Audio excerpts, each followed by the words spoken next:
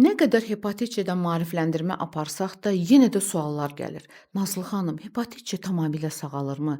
Yeni yoluxanlar, yeni bilənləri bu çox narahat eləyir. Bəli, hepatit C tamamilə sağalır. Artıq 2015-ci ildən biz hepatit C-ni uğurla müalicə eləyirik. Bir və ya cəmi 2 tabletlə.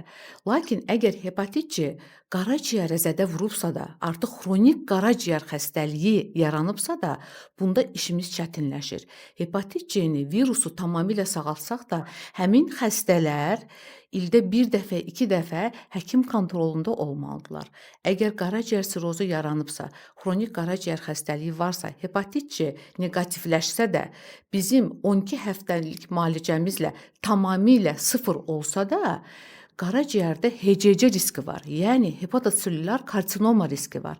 Qaraciyər xərçəngi riski var. Bu yaxınlarda bir həkim əməkdaşımızın anasına bu pis xəbəri vermək məcburiyyətində qaldıq. Hepatit C-dən illərdir müalicə alıb, sağalıb, fikirləşib ki, artıq mənim hepatit C-m yoxdur, lakin qaraciyərə vurduğu zərər unudulub. Ona görə əgər hepatit C-yə yoluxmusunuzsa, qaraciyər xəstələnməyibsə, cəmi 12 həftəlik müalicə ilə sıfır olur və həyatınıza davam eləyirsiniz. İldə bir dəfə həkim kontrolunda olursunuz.